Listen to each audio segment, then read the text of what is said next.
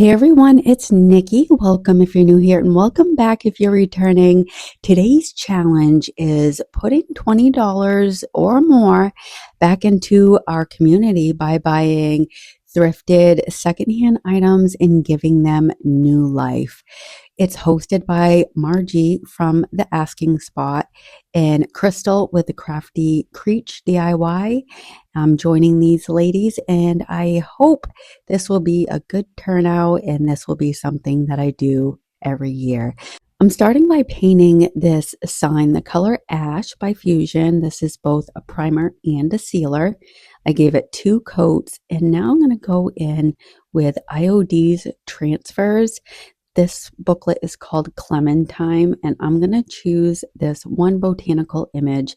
I'm not going to bother having you watch me burnish this, but I did that off camera, and now I'm going to use this ephemeral stamp. I hope I'm saying that right, and some white ink, and I'm going to go all over this sign with it, just gently pressing and making sure to keep one hand on my stamp at all times. And I'm not going to reapply ink. I'm just going to keep tapping it here and there. I want that faded look. I want this to look worn. And now I'm going to take, I'll make sure I list my molds down below, but I have my Clair mold, my Enlightened Etchings mold, and I forget what the other one is, and using a quick set resin, equal parts, and I'm going to try my best to work with these while they're still warm, but I'm going to form a frame around this. So I'm going to do some cutting and just piecing apart these castings. I end up using everything, but I'm just going to, make my own designs. So what's really nice about fresh castings is that they're still flexible, so you can gently bend them and shape them however you want. And if you wait a little too long, that's totally okay. You can always warm them up with an embossing gun to soften them again. Right now I'm just having a little fun with the layout, flipping pieces around and playing with the positioning until it feels right. I don't glue anything down until I'm happy with my overall design.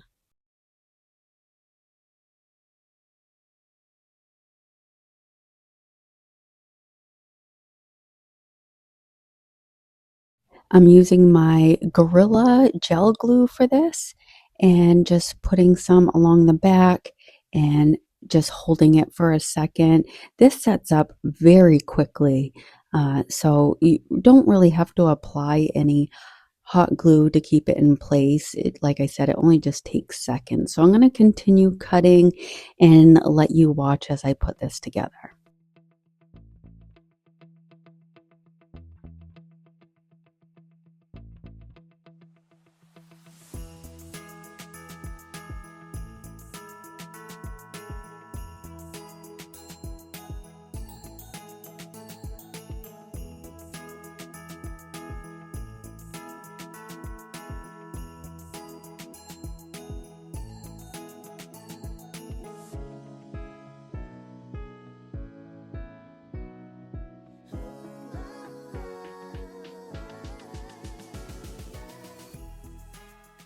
I needed to duplicate a few of those castings, so I pulled out my Clair mold again and I just used a few of my other molds, took those out.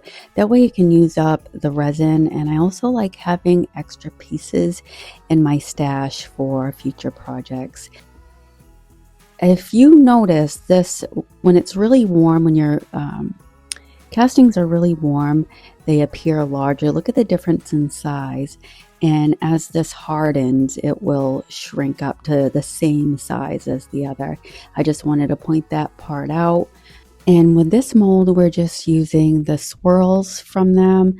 I have plenty of cherubs in my stash, so I didn't really need to cast any of those, but these beautiful swirls we're going to use along the top on each side.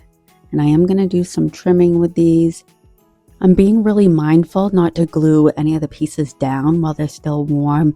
I want to make sure everything is fully cured and the right size first, because if you glue them down with super glue while they're still warm, they won't cure to the correct size, and resin tends to shrink a bit as it finishes its curing process.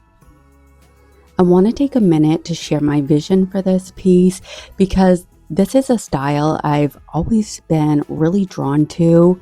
I'm going for that vintage black and gold old world look, something that feels dramatic but still timeless.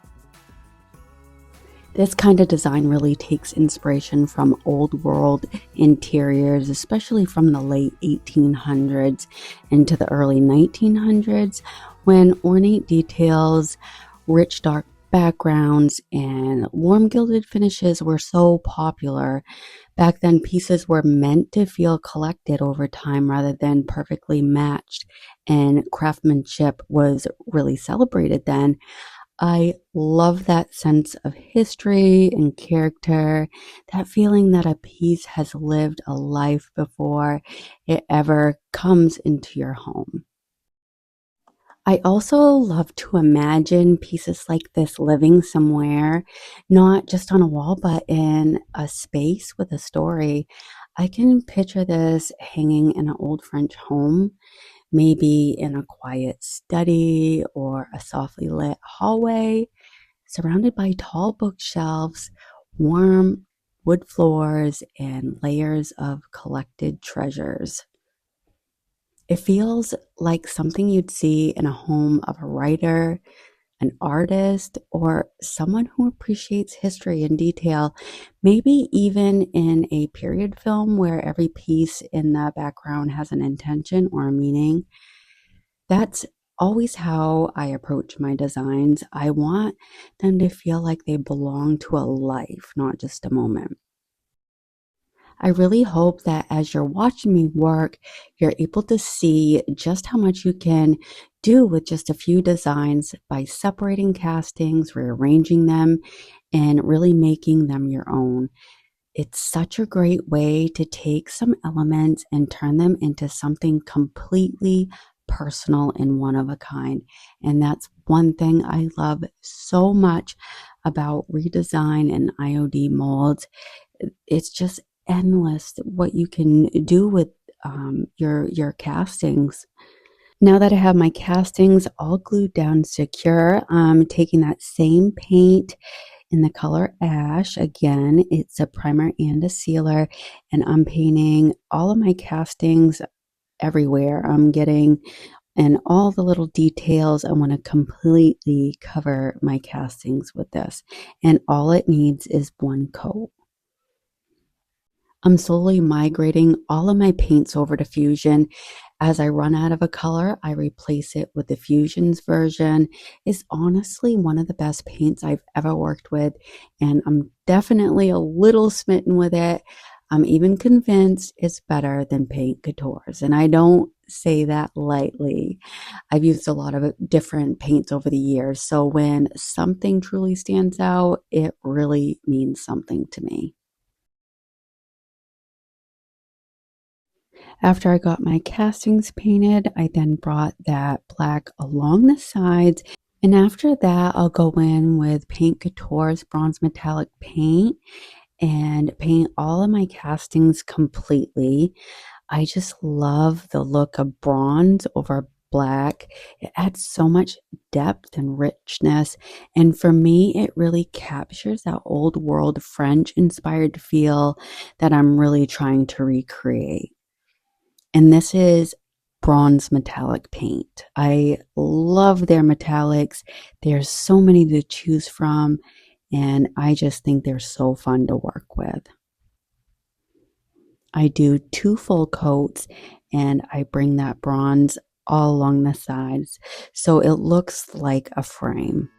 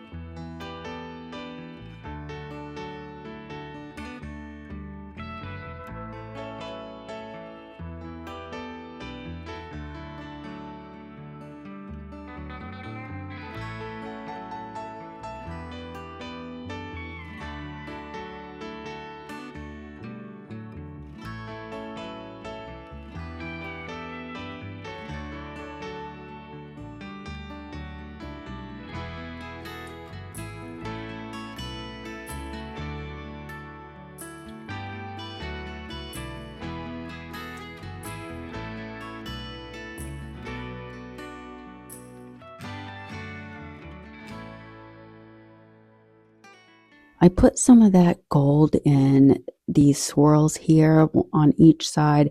I didn't like how that looked, so I took out my black paint and I'm going over that, and I really like how that looks now that it's all covered up. And this is the finished piece. I am in love with it. I think it's everything that I was trying to recreate.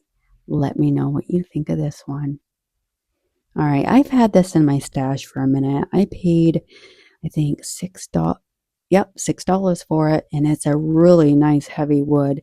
So I cleaned it up and I went over the whole thing with Waverly's chalk paint and the color celery. I gave it 2 coats.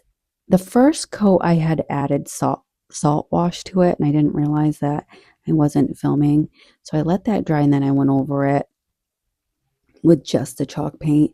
And I'm taking out this paint inlay by IOD. I'll try to make sure that I put the name in the description. So I made sure my paint was nice and wet, and I sprayed my inlay, and I'm putting it paint side down. Now, these can be a little tricky if you're looking for a perfectly uniform look. Paint inlays probably aren't the best choice. You can actually use them up to 3 times, and each time you'll get a slightly different result. But if you love worn, time touch look, these are right up your alley then. I'm using a soft microfiber rag to gently push the paint into the inlay into the paint. Then doing a little trimming. I want to make sure that my inlay covers my entire board.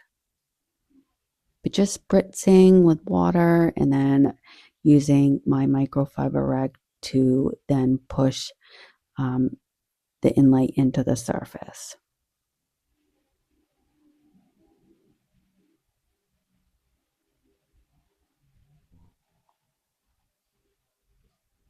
This does sit for a few hours, and then I spritz it again with water and then let it sit for about 30 seconds and pull that inlay back.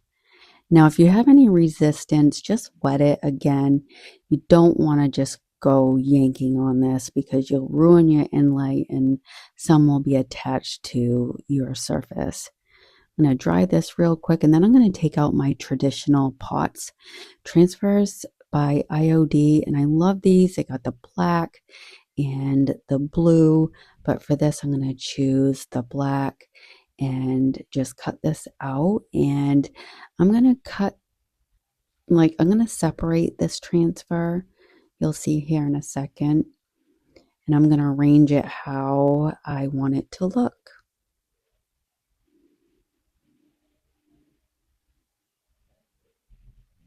Before I applied these transfers, I took this out back in my shed. I have an attached shed, and I sprayed it with this Rust-Oleum's clear matte sealer before applying this.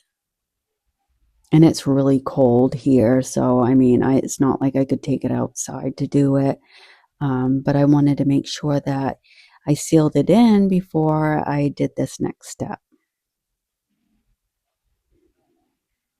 And then just burnish it down with a backing sheet. And this stamp, stencil, I got at Walmart last year. And I'm just using the Laurels here and Paint Couture's embossing medium. Just spreading it out with this spatula. Just getting all of the designs, and I just don't want to get the bee and the writing down below. And of course, I'm going to skip the flowers.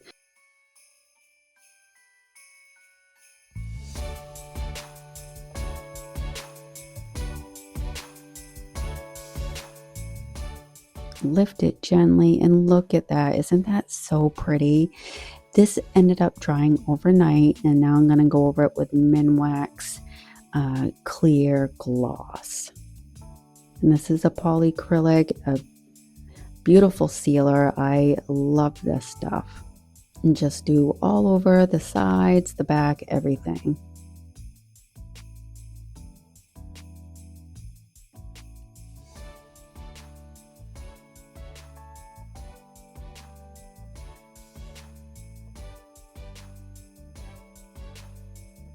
I love this one. I am so happy with how this came out. And this is something that I hope I'll be able to find a place for after the Christmas season. Next, I paid $10 for this card box that I got at Goodwill, and it has some imperfections, just a slight crack along the top, and this hook is a little fiddly, but thankfully these letters pulled right off with a breeze. I'm assuming someone made this with like their Cricut. I don't know, but it was barely on there.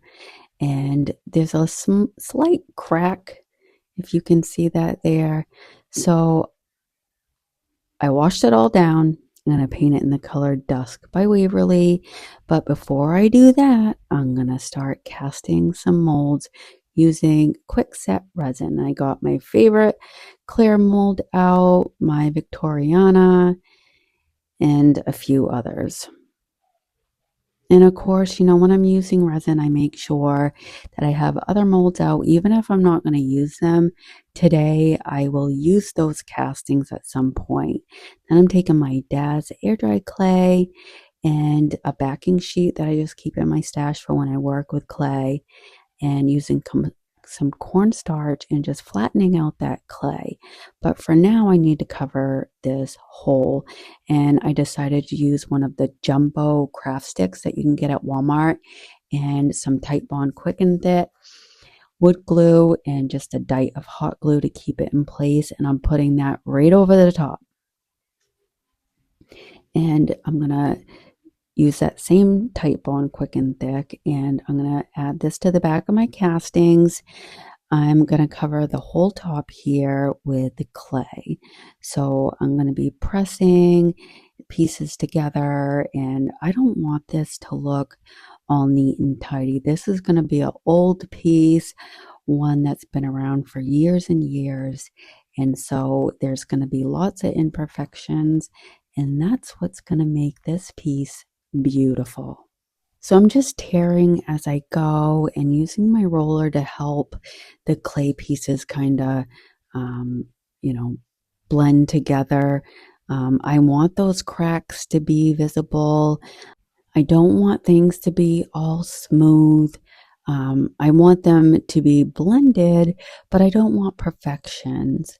Those little variations and seams are what makes this feel old, and that it has a story instead of a brand name. I'm going to add a little bit of water as I go. I don't want big cracks forming, and the moisture really helps the clay relax and bond together better. I know you can see where I use that craft stick, but I'm not worried about that at all. That'll disappear in one of the next steps. This is really about making the top stronger overall, and then also contributing to the look that I'm going for. But I do take a knife and just kind of clean the edges up a little bit. That way there's not like rough chunks hanging over the edges. Now that I have my clay pieced together, I'm taking IOD stamps and pressing impressions into the surface of the clay. This helps all of the different sections complement one another and really ties the design together, even though nothing is meant to be perfect. Those layered textures and handwork patterns give such a nod to old French world decor, where you see carved details and surfaces that feel collected, worn, and gently softened over time, adding so much depth and character.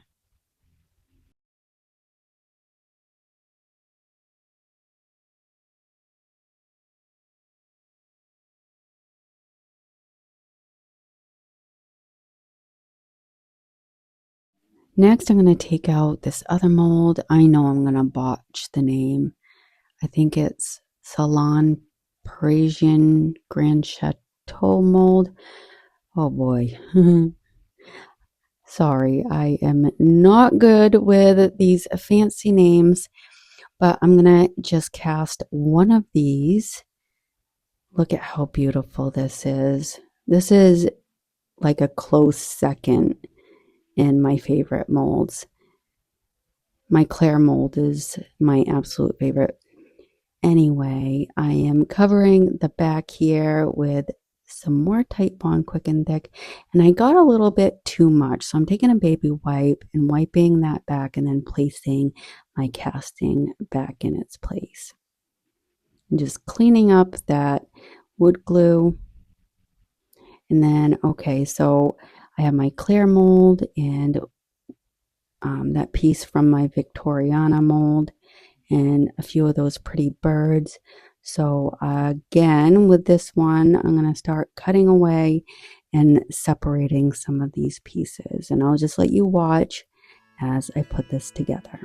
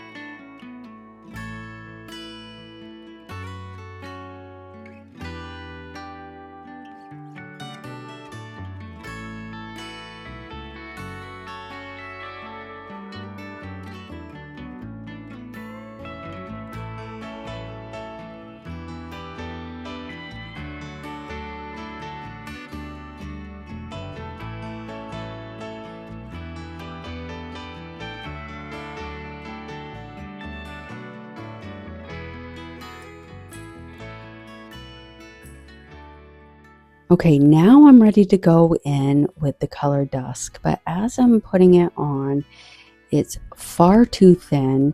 I didn't prime my surface, so my next option is to take some salt wash. So I mixed in a couple tablespoons of salt wash to I used 1 tablespoon of salt wash and quite a bit of paint. And there's no measuring to this. You just mix until your eyes are happy. And I like mine relatively thick. And the longer it sits, the thicker it gets. So I'm going to mix this real well and just start stippling and brushing. And I end up giving this about 2.5 coats because I really want to build up some texture here. And so the whole piece kind of, fits. We got the top there that's made of clay, and so I want to make the rest of it like it's all one cohesive piece.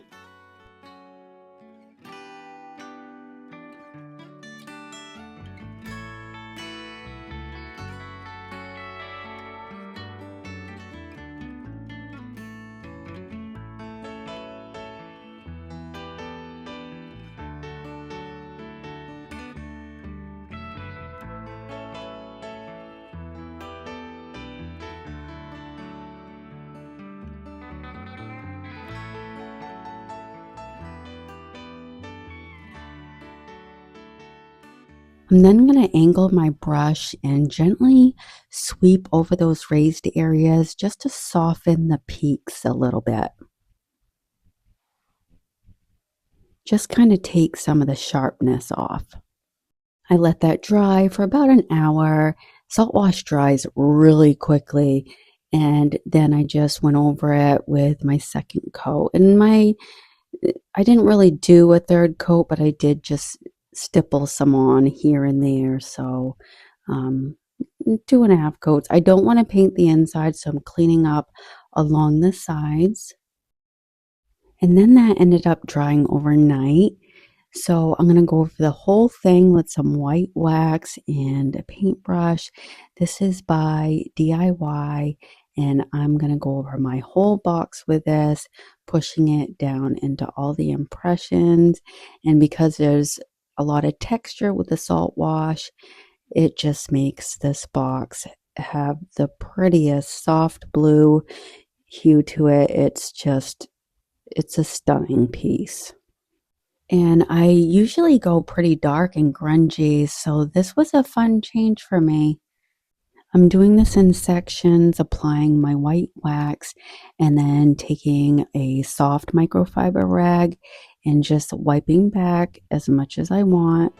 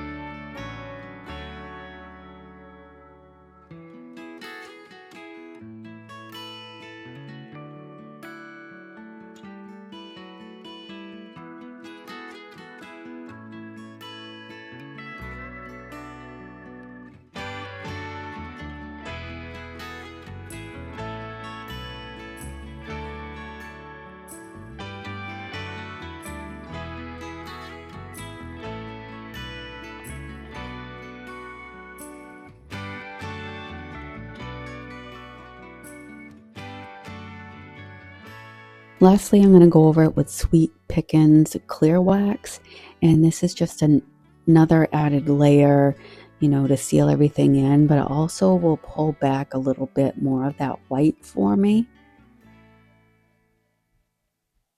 And just wipe it all back after about 30 minutes. I really love how this turned out. That soft powdery blue. It just reminds me so much of old French decor. Let me know what you think of these pieces and if you have a favorite today. If you like this video, don't forget to subscribe and hit that notification bell so you know when I post a new upload. Thank you for spending a bit of your day with me. Until the next one, bye.